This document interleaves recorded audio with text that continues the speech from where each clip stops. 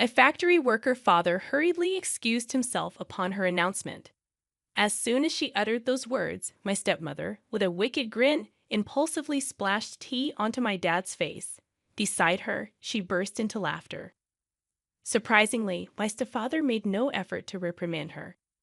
The stain on the suit my dad had meticulously cleaned for this occasion rapidly expanded. Fortunately, the tea was lukewarm, nearly cold, alleviating concerns about burns. Amidst my astonishment, I handed a napkin to my dad while Tom, in a panic, tried to dry his father-in-law's suit. Even in the midst of worrying about potential injuries, Tom couldn't help but laugh at the absurd behavior of his parents. Throughout this chaos, my dad remained silent, stood upright, and pointed at them, declaring, "Well then, I'll just ruin your company." The unfamiliar sternness in his voice caught me off guard. He took my hand, and we left the chaotic scene behind. Tom scolded his parents before quickly joining us. "I'm really sorry, father-in-law. I'll make my parents apologize later."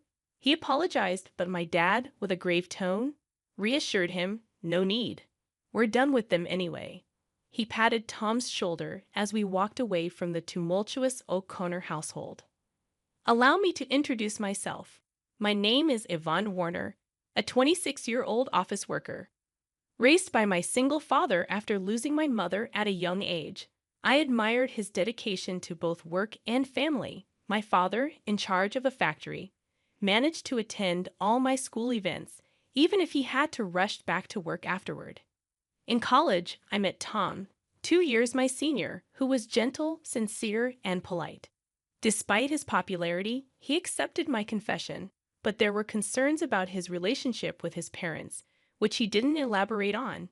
We continued to date, and although Tom lived alone, he occasionally visited his parents, always looking exhausted afterward. Tom prioritized me in our relationship, and I was proud of him. I wanted to introduce him to my dad, and when the day finally came, it was a mix of fear and excitement. Surprisingly, my dad and Tom got along well, and I felt relieved to see the two important men in my life getting along. Yet Tom's odd excitement after the meeting left me puzzled, and he evaded any further questions about it.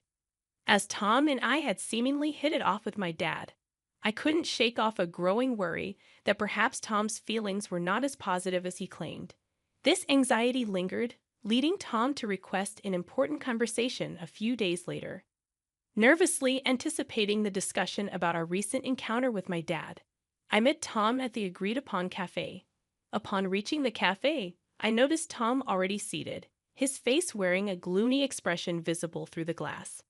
Suppressing my own anxiety, I approached him with a cheerful greeting. "Tom, sorry, did you wait long?" I softly spoke as I reached him. Startled by my touch on his shoulder, Tom exclaimed, "Well, Yvonne, you scared me." After a deep breath, he continued, "I'm sorry. I didn't mean to startle you. Please, have a seat." Sitting across from Tom, I ordered from the waiter, my concern mounting as Tom's downcast expression persisted. Hoping to encourage him to share his thoughts, I spoke up, "Hey, Tom, what's bothering you so much? Is there something wrong with my dad?" Tom, taken aback by the direct question, denied any issue with my dad, stating, "Absolutely not. I respect your dad. It's just that my. He trailed off, avoiding eye contact. Sensing the need to delve deeper, I sighed and pressed him. "If you're worried about something, I want to know what's on your mind." Tom took a deep breath, as if preparing himself, and began to disclose a shocking revelation. According to him, his parents were judgmental and lacked class, constantly interfering in his life. When he introduced a girlfriend, his parents would criticize her on the spot, leading to tearful breakups. Tom desired to marry me but was troubled by the prospect of involving his parents in our marriage. Assuring him that we didn't have to include them in our union, I suggested enduring their presence during the wedding formalities. Reminding him that my dad liked him, I thought the matter was settled, but Tom had more to share. He revealed that when he met my dad, he was surprised by the stark contrast to his own parents. Expressing a desire to become the son of such a great man, Tom shared his dilemma about marriage. While he was pleased that my dad liked him, he couldn't decide whether his parents should also become his in-laws. Tom brightened momentarily but sighed deeply afterward. In a moment of realization, Tom looked up and apologized. He proposed a unique solution. When we meet his parents for our marriage, could my dad come along? Tom hoped that the presence of someone so respectable might eventually influence his parents positively. I agreed to discuss it with my dad, but I couldn't help expressing my wish that Tom had approached the conversation differently. Understanding his misstep, Tom quickly apologized and then, with newfound determination, formally proposed marriage to me. Swiftly deciding to discuss the matter with my father, who was initially hesitant, I approached him with Tom when he formally asked for my hand in marriage. After obtaining my father's agreement, Tom and I arranged a date to meet his parents. On the appointed day, dressed in our best attire, we stood at the front door of Tom's family home, preparing to meet his parents for the first time. Given the unsettling stories I had heard about Tom's parents, my nerves were understandably on edge. My father, attempting to lighten the mood, encouraged us not to be too tense, assuring that Tom's parents were just overly concerned. His supportive pat on the back eased my anxiety slightly. When Tom rang the doorbell, there was no response, causing a momentary panic. Tom rang again, but still there was silence. Not wanting to create a bad impression, Tom excused himself and entered the house first, leaving my father and me exchanging concerned glances. After what seemed like an eternity, Tom reappeared, looking flustered. Before I could inquire about the delay, he made excuses with a forced smile, promising us they would be ready soon. My father sighed in exasperation, and I couldn't shake the growing worry that this incident might jeopardize our wedding plans. Finally, Tom ushered us inside, where his parents awaited us. However, their demeanor was peculiar. His mother greeted us with a sly grin, while his father seemed disinterested, looking away. Despite the tense atmosphere, I decided to proceed with the introductions. Tom, regaining composure, introduced both my parents and me. Despite the warmth of his thoughtful introduction, his parents sneered, and the atmosphere remained strained. In an awkward turn of events, Tom's mother splashed tea on my father, staining the suit he had meticulously cleaned for the occasion. Shocked, I offered my dad a handkerchief while Tom panikedly tried to wipe off the tea stains. His parents, laughing in response, only fueled Tom's anger. My father, standing up, pointed at them and declared, "Then I'll ruin your company," a tone and statement I had never heard from him before. Taking my hand, he left the house, leaving Tom's parents in the wake of Tom's scolding. Returning to our house with Tom, my father changed clothes, and Tom earnestly apologized for the incident. I could hear my dad's troubled voice during their conversation. Although I was shocked by Tom's parents' actions, I knew they wouldn't be easy to get along with. Seated on the living room sofa, clenching my fists, I replayed the event in my mind, seething at the insult directed at my dad. When my dad and Tom finished changing, Tom immediately apologized to me, almost bowing down, expressing regret for not anticipating such behavior from his parents. His sincerity was evident, and he didn't even ask for forgiveness. Feeling the need to apologize as well, I took Tom's hand as he kneeled on the floor, expressing my regret for suggesting the meeting without fully understanding the situation. Unexpectedly, the situation took a serious turn, and I felt compelled to apologize to my father for the unintended consequences of my thoughtless suggestion. His troubled expression and shrugged shoulders conveyed the difficulty in addressing the situation. Determined to understand the gravity of my dad's threat, I sought clarification. "Dad, was what you said true? Are you really going to ruin their company?" To my question, my dad glanced at Tom and nodded firmly, affirming his intent. My father, the CEO of a renowned local enterprise, revealed that their business was already struggling. As the factory manager and CEO, he had started as a worker in the very factory, sacrificing his dream of becoming a painter to raise me alone after my mother's passing. He worked tirelessly and climbed the corporate ladder through several promotions, Eventually, he took over as the CEO when the former CEO retired. During our recent visit to Tom's family home, we discovered that one of the subsidiaries managed by Tom's father, my father-in-law, belonged to my dad's company. Unfortunately, Tom's parents' prejudices and Tom's mother's premature actions prevented this from being clarified, leading to the present situation. My father explained that his company faced management difficulties, contemplating downsizing without resorting to layoffs. Regret was evident in his words as he considered the impact on his employees. After Tom's serious conversation with my father, he proposed closing down the subsidiary where Tom's parents worked. Concerned about the consequences for Tom's parents, my father questioned if Tom was okay with it. Tom, resolute and having cut ties with his parents, expressed a desire for them to reflect on their actions. Despite the difficulty, he requested permission to get engaged with me. Moved by Tom's earnestness, I also pleaded with my father to allow our engagement. My father, crossing his arms, pondered Tom's words.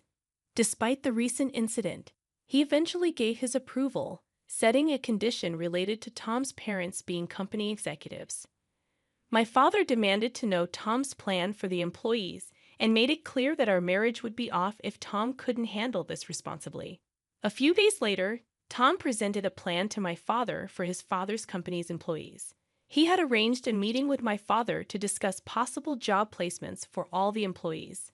Tom showed genuine concern for their transition and offered to work for free until they were settled and producing results. He expressed his eagerness to compensate for any shortcomings with his work and salary, and once settled, to re-engage with me.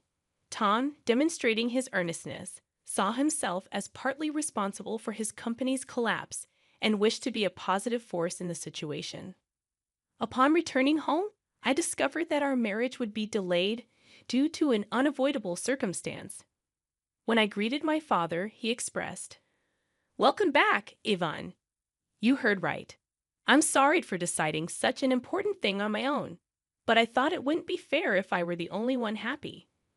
While he apologized, I seized the opportunity to propose working in the company with Tom, offering to work for free. I insisted that my father should accept Tom's proposal. Despite Tom's attempts to dissuade me, I desperately begged my father, who initially remained silent.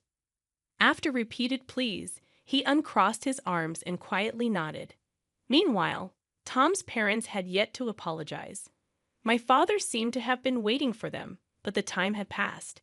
He began preparations to take over Tom's father's company. Time passed, and the day arrived when the company collapsed. Tom's parents summoned us to their home, where a crowd of former employees protested the company's closure. They accused us of being the root of all evil and blamed me for seducing Tom and ingratiating myself with my father. Despite the accusations, Tom attempted to calm the former employees, explaining the situation and offering new job placements.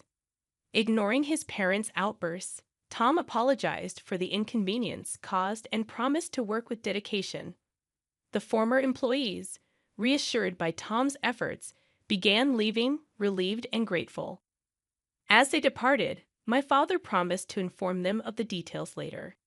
In the aftermath, Tom's parents continued to fuss about their predicament. Tom sighed in exasperation at their blame shifting, expressing concern about losing their house used as collateral. Despite their pleas, Tom's parents were met with indifference as the former employees had already heard the truth from Tom and disregarded the parents' desperate appeals. My father also ignored their words, and the former employees left relieved, leaving Tom's parents to confront the consequences of their actions. "I don't care what you think. You got what you deserved, so it can't be helped. Why don't you learn a little remorse?" My father reprimanded Tom's parents, who seemed oblivious to our scolding. Unable to bear their persistence any longer, I finally lost my patience. "Haven't you just caused trouble for Tom all this time, boasting about being business owners and only caring about titles? Isn't that why this happened?" My words left his parents speechless, seemingly ready to retort, but halted by my father's decisive intervention. He made it clear that he wouldn't allow them to speak further. A business owner is supposed to take responsibility. You should at least complete your final task properly. Left without a response, Tom's parents were scolded collectively and could say nothing more. Leaving them behind, we left the scene. And eventually, Tom's parents lost everything: the company, the house, and the land. They never provided any guarantees to the former employees and evaded responsibility. After losing everything, they reached out to Tom for help. But having cut ties with them, Tom coldly turned them away. Now, they were probably in jail, and we heard nothing from them since. Even if they got out, they still had a debt to the former employees, so the situation remained dire. Afterward, Tom and I quit our jobs and joined my father's company.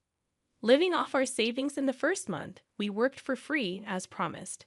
One day, we encountered a former employee of Tom's parents' company at work. Eager to shake our hands at the new workplace, the employee expressed their gratitude to my father for giving them a chance. Thanks to Tom for arranging the job, and also conveyed many thanks to me.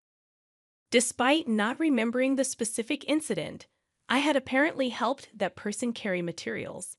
After expressing immense gratitude, the former employee left, expressing a desire to keep working hard. Feeling somewhat redeemed by his words, we hurried to my father's office, where he warmly welcomed us. Handing us several thick envelopes, he explained, "It's your salaries for the past months." It ended up being multiple envelopes because it couldn't all fit into one. We were stunned, unable to swallow the situation, but my father continued, "Your hard work revitalized the team. They constantly expressed their gratitude and concern for you. I couldn't possibly leave such excellent employees unpaid, and our performance has improved significantly. Thank you truly." Hearing this, we hugged each other and cried, moved by the concern shown for us. My father then added something even more wonderful. "Tom, I'm impressed with your leadership. If you're okay with my daughter, would you marry her?" Overjoyed, Tom replied tearfully, bowing to me and my father. I hugged Tom, crying alongside him, and so we got married. Continuing to work at my father's company, we lived happily every day, gradually becoming more adept at our jobs and contributing more effectively. Our time at the company was approaching a pause as I was about to take maternity leave. My father, Tom, our colleagues, and I were all looking forward to the arrival of our child.